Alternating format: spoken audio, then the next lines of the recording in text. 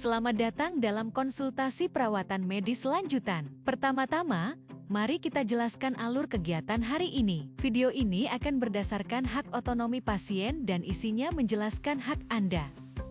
Jika Anda memiliki pertanyaan selama proses, silakan ajukan kepada anggota tim konsultasi yang hadir. Terakhir, tim konsultasi akan membantu Anda mengisi formulir keputusan perawatan medis lanjutan. Anggota tim konsultasi terdiri dari dokter, perawat, pekerja sosial, atau psikolog yang akan membantu Anda menyelesaikan sesi konsultasi hari ini. Dalam formulir keputusan perawatan medis lanjutan perlu memutuskan ketika menghadapi 5 kondisi klinis, apakah akan menerima perawatan penunjang kehidupan serta tindakan medis seperti nutrisi dan cairan buatan. Selanjutnya, kami akan menjelaskan kepada Anda tentang perawatan penunjang kehidupan, yaitu tindakan medis yang diperlukan untuk memperpanjang hidup termasuk resusitasi jantung paru. Misalnya intubasi, kompresi dada, defibrilasi,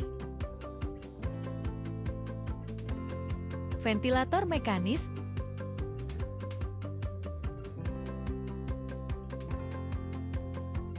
transfusi darah, antibiotik yang diberikan saat infeksi berat, dan pengobatan khusus untuk penyakit tertentu. Lalu, apa itu nutrisi buatan dan pemberian cairan? Yaitu melalui selang atau metode invasif lainnya pemberian makanan dan cairan. Misalnya nutrisi parenteral total. Pemberian makanan melalui selang nasogastrik, gastrostomi, dan sebagainya. Setelah memahami apa itu perawatan penunjang kehidupan serta nutrisi buatan dan pemberian cairan, selanjutnya kami akan menjelaskan kepada Anda dalam kondisi klinis apa saja Anda dapat memutuskan untuk menerima atau menolak tindakan medis ini. 5 kondisi klinis yang ditetapkan oleh Undang-Undang Hak Pasien harus didiagnosis oleh 2 dokter spesialis yang relevan. Kondisi klinis pertama adalah pasien dalam kondisi stadium terminal. Kondisi stadium terminal artinya penyakit tidak dapat disembuhkan dan perjalanan penyakit akan segera berujung pada kematian yang tidak dapat dihindari. Pada saat ini secara medis telah memenuhi definisi stadium terminal, misalnya kanker stadium terminal atau kegagalan organ non-kanker. Kondisi klinis kedua adalah koma berat yang berlangsung terus-menerus akibat kelainan otak.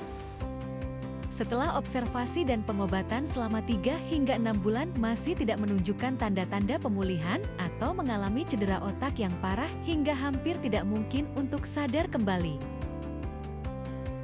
Kondisi klinis ketiga adalah kerusakan otak parah tidak merespons dan tidak bisa berkomunikasi, hanya bisa berbaring dan bergantung pada orang lain untuk bertahan hidup. Jika kondisi ini berlangsung selama 3 hingga 6 bulan dan tetap tidak menunjukkan kesadaran, kami menyebutnya sebagai kondisi vegetatif permanen. Kondisi klinis keempat adalah demensia berat, yaitu gangguan kesadaran yang terus-menerus sehingga tidak dapat merawat diri, bekerja, atau belajar. Misalnya tidak bisa mengenali keluarga atau berbicara, membutuhkan bantuan orang lain untuk berpakaian, makan, bahkan tidak bisa bergerak dan tidak dapat mengendalikan buang air besar maupun kecil. Kondisi klinis kelima adalah penyakit yang diumumkan oleh Kementerian Kesehatan dan Kesejahteraan yang harus memenuhi ketiga syarat berikut secara bersamaan. Pertama, rasa sakit yang tak tertahankan. Kedua, penyakitnya tidak dapat disembuhkan. Ketiga, tidak ada solusi lain yang cocok. Informasi tentang penyakit-penyakit tersebut dapat Anda temukan di situs web Kementerian Kesehatan dan Kesejahteraan. Selanjutnya, Anda perlu mempertimbangkan dengan matang jika kelima kondisi klinis di atas terjadi pada diri Anda, apakah Anda masih ingin menerima perawatan penunjang kehidupan? Anda memiliki 4 pilihan berikut. Pilihan pertama, saya tidak ingin menerima perawatan penunjang kehidupan. Sebaliknya adalah pilihan keempat, saya ingin menerima perawatan penunjang kehidupan. Pilihan kedua, Saya ingin mencoba menerima perawatan penunjang kehidupan untuk jangka waktu tertentu, dan setelah itu dihentikan. Namun saya sendiri atau agen perwakilan medis saya dapat sewaktu-waktu menyatakan keinginan untuk menghentikannya. Yang dimaksud dengan jangka waktu tertentu di sini adalah setelah masa observasi selama 3 hingga 6 bulan kemudian ada tambahan waktu pengobatan. Pilihan ketiga, jika saya sudah tidak sadarkan diri atau tidak bisa mengungkapkan keinginan dengan jelas, maka keputusan akan dibuat oleh agen perwakilan medis saya.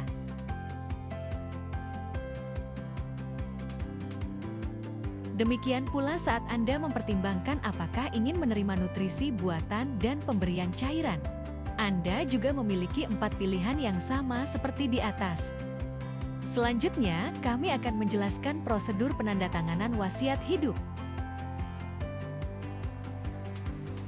Wasiat hidup memiliki kekuatan hukum. Di dalam formular, terdapat beberapa bagian yang perlu Anda tanda tangani satu persatu. Setelah Anda dan 2 orang saksi telah menyelesaikan penandatanganan, maka proses hari ini pun selesai. Kami akan memindai keputusan Anda dan mengunggahnya ke Sistem Informasi Kementerian Kesehatan dan Kesejahteraan. Setelah disetujui oleh Kementerian Kesehatan dan Kesejahteraan, informasi tersebut akan dicatat di kartu asuransi kesehatan Anda. Di masa mendatang, Anda dapat mengaksesnya melalui situs web Kementerian Kesehatan dan Kesejahteraan melihat kembali isi wasiat hidup yang telah Anda isi. Anda tidak harus menandatanganinya hari ini. Anda boleh membawanya pulang dan mempertimbangkannya dengan matang sebelum mengambil keputusan. Jika ada pertanyaan selama masa tersebut, silakan hubungi rumah sakit kami dan ajukan pertanyaan kepada tim konsultasi. Penandatanganan wasiat hidup memerlukan 2 orang saksi. Siapa saja yang dapat menjadi saksi Anda? Mereka harus memiliki kapasitas hukum penuh dan menyaksikan bahwa Anda menandatangani secara sukarela, bukan karena tekanan atau paksaan dari pihak luar saat menandatangani wasiat hidup. Berikut ini adalah orang-orang yang tidak diperbolehkan untuk menjadi saksi Anda: tim medis yang bertanggung jawab langsung atas perawatan Anda, penerima warisan Anda, penerima tubuh atau organ Anda yang ditunjuk orang yang mendapat keuntungan karena kematian Anda, misalnya dari asuransi kecuali ahli waris sah Anda. Jika Anda tidak memiliki saksi, Anda juga dapat memilih untuk melakukan notarisasi melalui notaris dan dalam waktu 3 bulan kembali ke rumah sakit kami agar kami dapat membantu menyelesaikan proses administratif selanjutnya.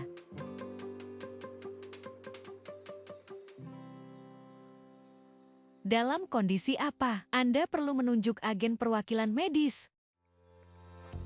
Saat Anda merasa bahwa dalam kondisi tertentu, Anda belum dapat mengambil keputusan dan Anda ingin ada seseorang di masa depan yang dapat membantu Anda dalam membuat keputusan medis yang relevan, Anda dapat menunjuk agen perwakilan medis. Agen perwakilan medis di masa depan akan mewakili Anda untuk menjalankan keputusan medis Anda. Oleh karena itu, sebaiknya orang tersebut sangat memahami pemikiran Anda, nilai-nilai, dan kebutuhan Anda. Dengan anggota keluarga Anda juga mampu berkomunikasi dengan baik. Anda dapat menunjuk lebih dari 1 agen perwakilan medis, tetapi harus menentukan urutan prioritas, dan setiap orang dapat secara mandiri mewakili keinginan Anda. Perlu diperhatikan bahwa saat perlu dijalankan wasiat hidup Anda, jika tidak dapat dihubungi agen perwakilan medis Anda, maka tidak dapat dijalankan wasiat hidup Anda.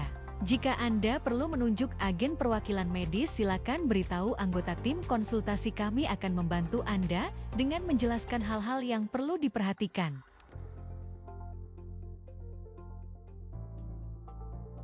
Mengenai mengaktifkan wasiat hidup, waktu dan caranya. Wasiat hidup setelah menandatanganinya, saat Anda mengalami koma akibat kecelakaan atau penyakit, tidak akan langsung berlaku. Jika Anda diduga mengalami salah satu dari 5 kondisi klinis tertentu, maka perlu dikonfirmasi oleh 2 orang dokter spesialis yang relevan bersama dengan tim perawatan paliatif. Setelah 2 kali konsultasi dan konfirmasi, serta penjelasan, barulah akan diaktifkan. Wasiat hidup Anda untuk melaksanakan keputusan menerima atau menolak tindakan medis yang relevan. Setelah Anda memahami sepenuhnya semua informasi di atas, hari ini Anda dapat langsung mengisi wasiat hidup. Mengubah isi wasiat hidup. Isi yang Anda tanda tangani hari ini dapat diubah di masa mendatang. Anda dapat setiap saat melalui fasilitas kesehatan yang menyediakan layanan konsultasi perawatan medis lanjutan melakukan perubahan dan memperbarui catatan tersebut di kartu asuransi kesehatan Anda.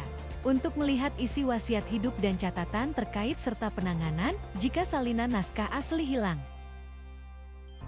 Setelah Anda menyelesaikan penandatanganan, kami akan menyerahkan dokumen asli wasiat hidup untuk Anda simpan sendiri. Biasanya dalam waktu 1 minggu pencatatan di kartu asuransi kesehatan akan selesai. Jika Anda ingin mengetahui status pencatatan atau isi catatan tersebut, Anda dapat menggunakan internet dengan menyiapkan kartu asuransi kesehatan dan pembaca kartu.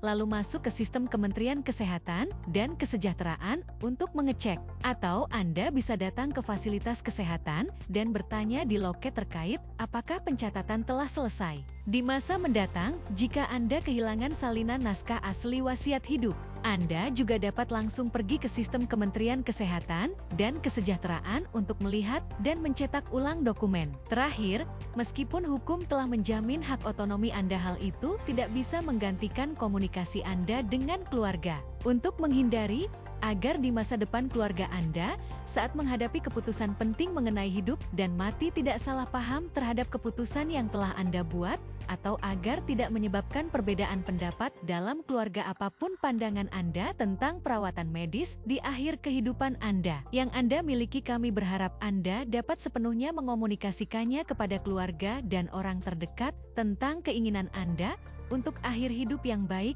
dan nilai-nilai hidup Anda. Demikianlah pengenalan mengenai konsultasi perawatan medis lanjutan. Jika Anda memiliki pertanyaan lainnya, silakan ajukan tim konsultasi, kami akan membantu Anda menjawabnya.